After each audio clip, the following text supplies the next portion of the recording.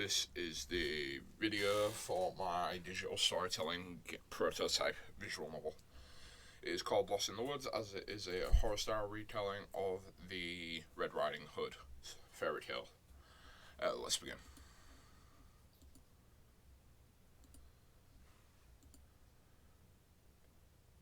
There was no sound included because I feel I forgot to. I didn't include any sound in the actual production dossier, as it would have been difficult for me to code into the game, and I wanted to spend more time making sure the mechanics of the game actually worked.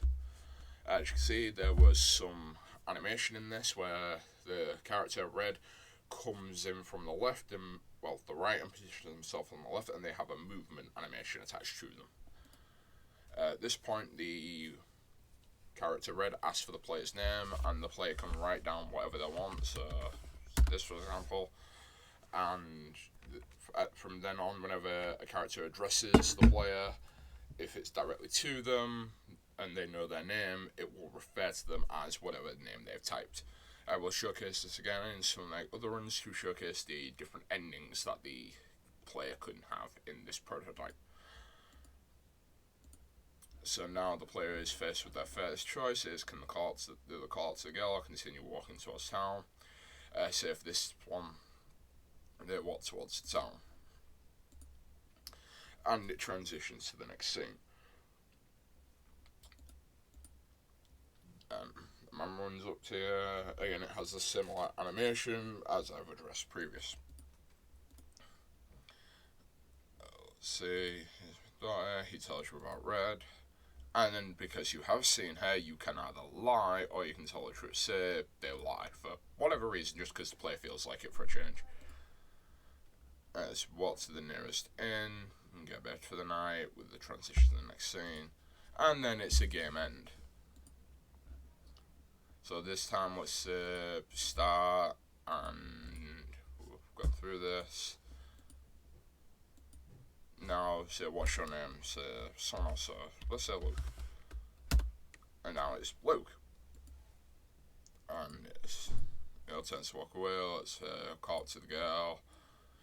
It's, excuse me, miss, it's safe running around. I do want company to explore forest. It will be nice to have some company. She agrees because she seems to like you or whatever. The girl walks away. And it's like, oh, no, where am I?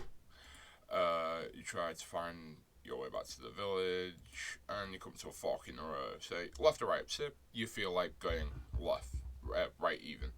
So you get on the right path, and you see the silhouette of a large animal. Do you approach it or turn and quietly leave? Say you approach, and you found the wolf. It's transitioned to another scene. You can make out what that is. It's a door with blood and chunkness now. Then there's the wolf with an animation. And it's a game over. Now, let's see. It's a third person, and they're called Steve. The girl turns one way. Actually, you want to call out to her this time. So you call out to her. Red goes through, and you know the wolf's down the right path, so he's gonna go left. Let's see, detour, you finally reach town, and it triggers the animation from the first scene I showed. This I felt was a nice way of causing the player to have multiple options, and some of them do lead to a same conversational path, but I felt that this was a nice touch to add into the game. And again, so you tell the truth this time. It's like, yeah, I've seen Red and I've seen the wolf, so yeah, I'm gonna say yes here. And he asks you to save the daughter, and then let's say you don't want to risk your life and fight a wolf, do you? Why would you?